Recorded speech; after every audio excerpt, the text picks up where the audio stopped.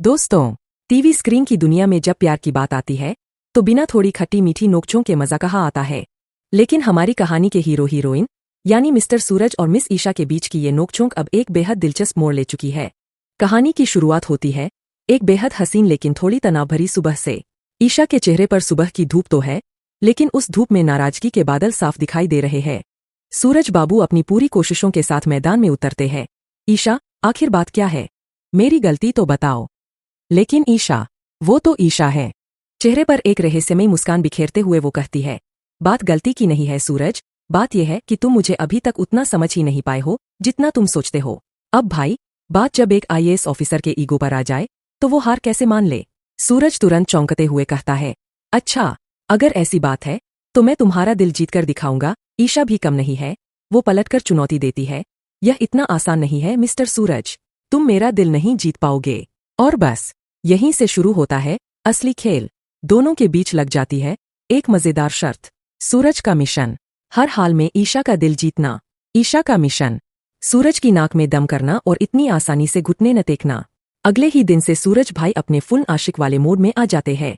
सुबह की पहली किरण के साथ वो अपने हाथों से बनी ईशा की पसंदीदा कड़क चाय लेकर हाजिर होते हैं। ईशा चाय की चुस्की लेती है, दिल ही दिल में मुस्कुराती है, लेकिन ऊपर से एकदम कड़क होकर बोलती है, मिस्टर सूरज, इस चाय से मेरी नाराजगी कम नहीं होने वाली। सूरज समझ जाता है कि ये यूपीएससी निकालने से भी मुश्किल इम्तिहान है। अब सूरज घर के हर सदस्य के चक्कर काटने लगता है। मम्मी, ईशा को खाने में क्या पसंद है? आरव, भाभी का फेवरेट कलर कौन सा है? उन्हें कौन सी मिठाई खुश करती है? सूरज एक एक करके सारी लिस्ट पूरी करने में जुट जाता है। कभी लाल गुलाबों का गुलदस्ता, कभी चमचमाती मिठाइयाँ, तो कभी लॉन्ग ड्राइव के सरप्राइज प्लान। इस पूरे ड्रामे का सबसे ज्यादा मजा ले रहा होता है छोटा भाई आरव। वो सूरज की टांग खींचते हुए कहता है, क्या भैया, आप देश के सबसे मुश्किल एग्जाम को पास करके आईएएस तो बन गए, लेकिन भाभी का दिल जीतने का ये जो एग्जाम है ना, इसमें तो आपकी बत्ती गुल हो रही है। पूरा घर ठहाकों से गूंज उठता है। सूरज भी शर्मा कर मुस्कुरा देता है, लेकिन इरादे पक्के हैं, हार तो नहीं मानी। एक दिन सूरज किचन का मोर्चा खुद संभालता है। घंटों की कड़ी मेहनत, मसालों का सही तालमेल और ढेर सारे प्यार के साथ वो ईशा के लिए उसकी पसंद का खाना तैयार करता है। जब वो गर्व से थाली ईशा के सामने रखता है तो ईशा पहला निवाला चखती है। स्वाद तो लाजवाब था, ईशा का दिल खुश हो जाता है, लेकिन अपनी मुस्कान को दबाकर वो कहती है, ठीक ठाक है, पर इससे ये साबित नहीं होता कि तुमने मेरा दिल जीत लिया। सूरज अपना सिर पका लेता है और बैकग्राउंड में पूरा परिवार फिर हंसने लगता है। दिन बीते हैं और सूरज की कोशिशें अब सिर्फ एक शर्त नहीं बल्कि उसकी आदत बन जाती है। ईशा थकती है तो सूरज पानी का गिलास लेकर खड़ा होता है। ईशा उदास होती है तो वो जोकर बनने को तैयार हो जाता है। धीरे धीरे ईशा के दिल में सूरज के लिए सम्मान और प्यार की दीवारें और ऊंची होने लगती है। फिर आती है वो खूबसूरत शाम। दोनों छत पर खड़े होकर डूबते हुए सूरज को देख रहे होते हैं। ठंडी हवाएं चल रही है। सूरज हौसले के साथ पूछता है, अब तो मान जाओ ईशा कि मैंने तुम्हारा दिल जीत लिया है। ईशा उसे देखती है, उसका दिल चिल्लाकर हाँ कहना चाहता है, लेकिन वो शरारत से कहती है, अभी नहीं मिस्टर सूरज, अभी आप जीत से बहुत दूर है। सूरज देखता रह जाता है, पर वो नहीं जानता कि ईशा का दिल अंदर से पूरी तरह पिघल चुका है। कुछ रातों बाद घर की शांत फिजाओं में दोनों पुराने दिनों को याद करते हैं। वो मुश्किलें, वो तूफान जो उन्होंने साथ झेले थे। सूरज भावुक होकर कहता है, ईशा, अगर तुम मेरी जिंदगी में नहीं होती तो शायद मैं कभी इतना मजबूत इंसान नहीं बन पाता। ईशा की आंखों में एक अलग ही चमक आ जाती है, लेकिन वो अपनी चिरपरिचित स्टाइल में फिर कहती है, वैसे मिस्टर सूरज, दिल तो अभी भी पूरी तरह आप नहीं जीत पाए हैं। सूरज हंसकर कहता है, तुम दुनिया की सबसे मुश्किल लड़की हो। और ईशा जवाब देती है, और तुम दुनिया के सबसे जिद्दी इंसान।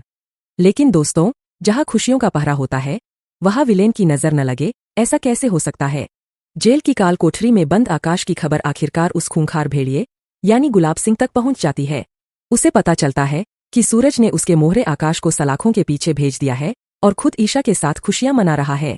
यह सुनते ही गुलाब सिंह का गुस्सा 7वें आसमान पर पहुंच जाता है।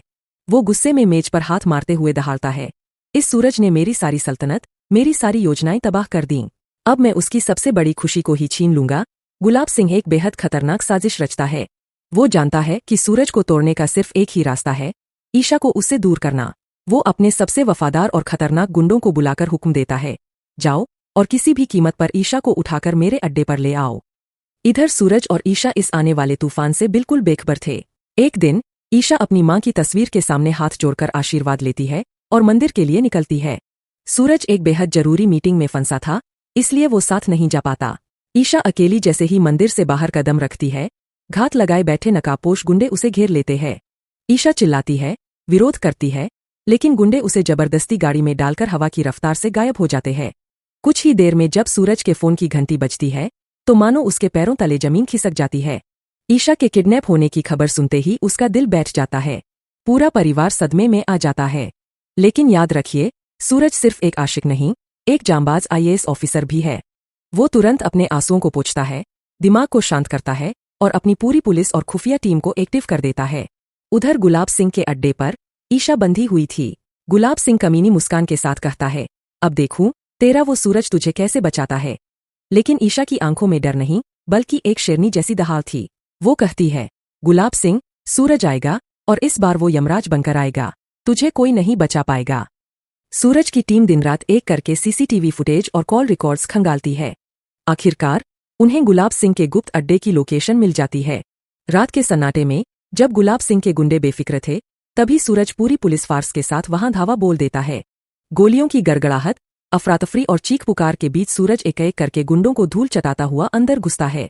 उसे एक कमरे से ईशा की आवाज सुनाई देती है। वो लात मारकर दरवाजा तोड़ता है। दोनों की आंखें मिलती है। एक तरफ राहत के आंसू थे तो दूसरी तरफ अपनी दुनिया को सुरक्षित देख लेने का सुकून। गुलाब सिंह भागने की आखिरी नाकाम कोशिश करता है, लेकिन पुलिस उसे चारों तरफ से घेर लेती है। जब उसे हथकड़ी पहनाई जा रही होती है तो वो गुस्से में सूरज को घूरता है।